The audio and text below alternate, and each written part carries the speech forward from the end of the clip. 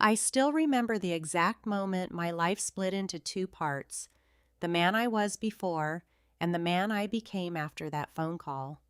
My wife's voice sounded distant, almost cheerful, as she told me about the wedding trip she had been planning for weeks. "It's only a few days," she said, "mate. Don't think too much about it." I didn't. That was the biggest mistake I ever made. Her name was Alina. For 8 years, I believed she was loyal, kind, and honest. I spent long hours working as a financial analyst, building a stable life for us in a quiet neighborhood. She, on the other hand, loved attention, social media, parties, and the constant need for validation. Even so, I trusted her without question. The trip was supposed to be for her cousin's destination wedding: a beach, music, laughter, and celebration. At least that's what she showed me through the photos she sent, but something didn't feel right. Her calls became shorter, her messages grew colder, and when she came home, she wasn't the same woman who had left. She avoided looking into my eyes. She pulled away whenever I touched her. Our nights became painfully quiet. I asked what was wrong, but she brushed it aside. "I'm just tired," she said, but tired people don't hide their phones or step into another room to answer every call. A week later, everything fell apart. I received a call from a medical clinic. At first, I thought they had the wrong number, but then they confirmed both my name and hers. My heart began racing as the doctor calmly explained that I needed to come in immediately for testing. Confused and terrified, I went without asking more questions. That's when my entire world collapsed. I had been exposed to a serious infection, one that doesn't simply appear out of nowhere, one that comes from betrayal. I sat there in complete silence, struggling to understand what I had just heard. I had never been unfaithful, not even once. There was only one possible explanation, and deep down, I already knew what it was. When I got home, Alina was sitting on the couch, casually scrolling through her phone as if nothing had happened. I didn't raise my voice. I didn't scream. I quietly placed the test results in front of her. The color instantly drained from her face.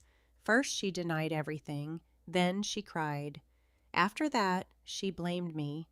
Finally, she admitted the truth. "It only happened during the trip," she whispered. "It didn't mean anything. It didn't mean anything."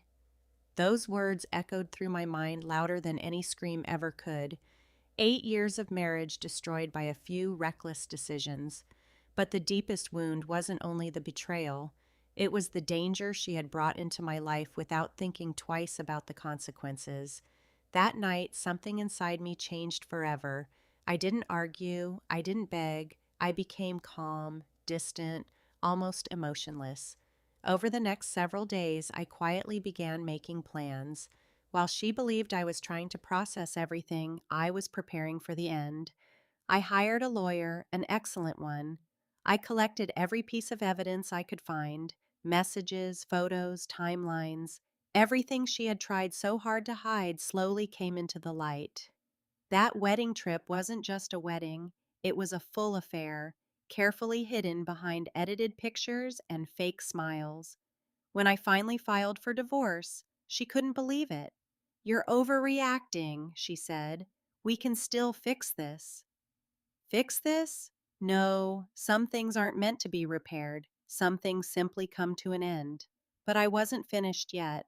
Alina had always cared about one thing more than anything else: her image, her reputation, the perfect life she proudly displayed to everyone around her. So I made sure the truth never stayed buried. Without causing unnecessary drama or telling a single lie, I allowed the facts to speak for themselves. The evidence became part of the legal proceedings. Our mutual friends eventually learned what had truly happened. The same people who had admired her smiling wedding photos slowly discovered the reality hidden behind them. Her carefully built world began falling apart, slowly but completely. The divorce was finalized much faster than she had expected. Because of her own choices, she lost far more than just our marriage. Financially, legally, and socially, everything changed.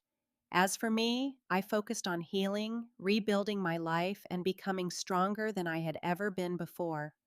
Revenge isn't always loud. Sometimes it's silent, calculated, and permanent. She believed one short trip would bring her excitement. Instead, it cost her everything. And me, it gave me the one thing I never realized I truly needed: the truth.